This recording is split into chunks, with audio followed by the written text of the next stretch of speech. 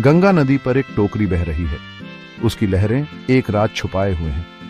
अंदर एक बच्चा, उसका रोना पानी के बहाव में खो गया है, उसकी किस्मत का गम दिखा रहा है।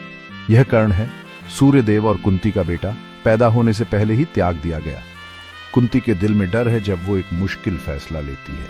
वो समाज की स्वीकृति को मां के प्यार से ज्यादा चुनती है। उसका दिल पछतावे से भरा है। उसके कर्म एक त्रासदी शुरू करते हैं जो कई पीढ़ियों तक रहेगी। समय की नदी में एक लहर।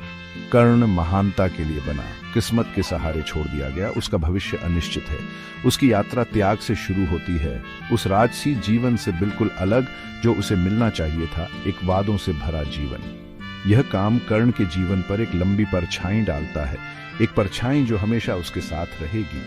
वह अपने कुल के बारे में अनजान बड़ा होता है। उसकी असली पहचान उससे छिपी हुई है। उसके असली परिवार का प्यार उसे नहीं मिलता। उसके दिल में एक खालीपन छोड़ जाता है। यह कमी उसकी महत्वाकांक्षा को बढ़ाती है और उसके फैसलों को आकार देती है, उसे अपनी योग्यता साबित करने के लिए प्रेरित करती है। नदी उसे उसके जन्म सिद्ध अधिकार से दूर ले जाती है, उस जीवन से दूर जो उसे जीना चाहिए था। किसी को नहीं पता, यह उसे उसकी नियति की ओर ले जा रही है, एक ऐसी नियति जो परीक्षाओं और क्लेशों से भरी है। यह घटना दुख, बलिदान और अंततः त्रासदी से भरे जीवन का मंच तैयार करती है, एक नायक की यात्रा जो दुख से जन्मी है।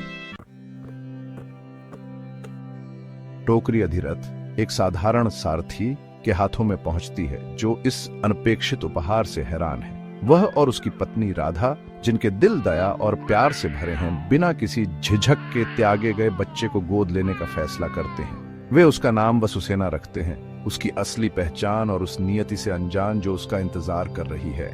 हालांकि छोटे वसुसेना के पास उसके दिव्य माता पिता का निशान है, एक ऐसा संकेत जो उसे अन्य बच्चों से अलग करता है। एक चमकदार कवच, सुनहरा और अभेद्य, उसकी त्वचा से जुड़ा हुआ है, स्वयं देवताओं का उपहार।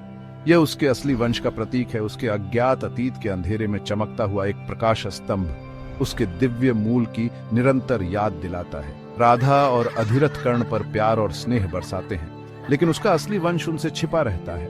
वह प्यार से पला बढ़ा है, फिर भी अलग है। हमेशा उसे अलग होने का एहसास होता है जिसे वह समझ नहीं पाता है। उसके रहस्यमय जन्म के बारे में फुसफुसाते हुए उसके पीछे एक साये की तरह चलते हैं, उसके बचपन पर एक छाया डालते हैं। उसका सुनहरा कवच, उसके पिता सूर्य का उपहार, उसे बाकी सभी से अलग करता है, उसे विशेष और अलग थलग दोनों बनाता है। यह उसके अज्ञात मूल की निरंतर याद दिलाता है और गर्व और पीड़ा दोनों का स्रोत है, एक द्वैत जिसे वह समेटने के लिए संघर्ष करता है। वह सूर्य का पुत्र है, गोपनीयता की छाया में पला बढ़ा है। उसकी असली पहचान रहस्य में छिपी है। अपनी विनम्र परवरिश के बावजूद कर्ण तीरंदाजी और युद्ध में असाधारण कौशल प्रदर्शित करता है, ऐसी प्रतिभाएं जो उसकी महान विरासत की ओर इशारा करती हैं। वह एक योद्धा, एक क्षत्रिय बनने की इच्छा रखता है, लेकिन समाज के कठोर नियम और पूर्वाग्रह उसके रास्ते में खड़े हैं, जिससे बाधाएं पैदा होती हैं, जिन्हें उसे पार करना होगा। उसके अज्ञात जन्म का कलंक एक बाधा बन जाता है। खुद को साबित करने और दुनिया में अपनी जगह बनाने की उसकी इच्छा को हवा देता है। वह अथक प्रशिक्षण लेता है, अपने कौशल को अटूट दृढ़ संकल्प के साथ निखारता है, अपनी नियति को दूर करने और अपने सही स्थान का दावा करने की तीव्र इच्छा से प्रेरित होता है। हालांकि कर्ण की आत्मा को सामाजिक मानदंडों में नहीं बांधा जा सकता।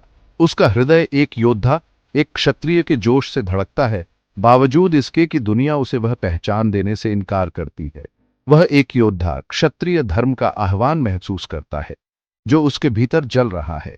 यही आंतरिक अग्नि उसे ऑब्स्टिकल्स, चाहे जो भी हों, एक सच्चे योद्धा का रास्ता तलाशने के लिए प्रेरित करती है। वह पूजनीय गुरु द्रोणाचार्य से शिक्षा लेना चाहता है, जिनका युद्ध का ज्ञान अद्वितीय है। कर्ण को उम्मीद है कि द्रोणाचार्य के मार्गदर्शन में वह अपने कौशल को निखार सकता है और अपनी योग्यता साबित कर सकता है। लेकिन द्रोणाचार्य अपने समय के हुक्मों से बंधे उसे सिखाने से इनकार करते हैं, केवल उसका अज्ञात वंश देखते हैं। यह अस्वीकृति केवल एक व्यक्तिगत अपमान नहीं है, बल्कि कठोर सामाजिक मानदंडों का प्रतिबिंब है जो सबसे बुद्धिमान पुरुषों को भी बांधते हैं। यह अस्वीकृति कर्ण को बहुत गहराई से काटती है। स्थापित व्यवस्था और विशेषाधिकार में जन्म लेने वालों के प्रति उसकी नाराजगी को हवा देती है। वह अपनी क्षमताओं से नहीं बल्कि अपने जन्म से आंका जाने का दंश महसूस करता है। अपमानित और क्रोधित कर्ण अपनी योग्यता साबित करने की कसम खाता है। वह खुद को कठोर प्रशिक्षण के लिए समर्पित कर देता है, अपने शरीर और दिमाग को उनकी सीमा तक धकेल देता है, अपनी परिस्थितियों से ऊपर उठने के लिए दृढ़ संकल्पित होता है। वह परशुराम, द्रोणाचार्य के अपने गुरु और क्षत्रियों के शत्रु की तलाश करता है। कर्ण जानता है कि महानता हासिल करने के लिए परशुराम का संरक्षण उसकी आखिरी उम्मीद है। परशुराम का शिष्य बनने के लिए कर्ण अपनी पहचान छुपाता है, ब्राह्मण होने का दावा करता है। यह छल एक हताश कार्य है जो सीखने और उत्कृष्टता प्राप्त करने के लिए उसकी अनवेवरिंग इच्छा से पैदा हुआ है। हताशा और ज्ञान की प्यास से उत्पन्न यह छल दुखद परिणाम देगा। कर्ण का अपनी असली पहचान छिपाने का चुनाव भविष्य की उथल पुथल का मंच तैयार करता है। लेकिन अभी के लिए कर्ण परशुराम के संरक्षण में फलता फूलता है, युद्ध की कला में महारत हासिल करता है और कौशल में उसके बराबर हो जाता है। उसकी कड़ी मेहनत और समर्पण रंग लाता है और वह एक दुर्जय योद्धा बन जाता है। इस जीत के बावजूद कर्ण की खुशी अल्पकालिक, उसके छल का भार उस पर मंडराता है, एक काला बादल जिससे वह बच नहीं सकता।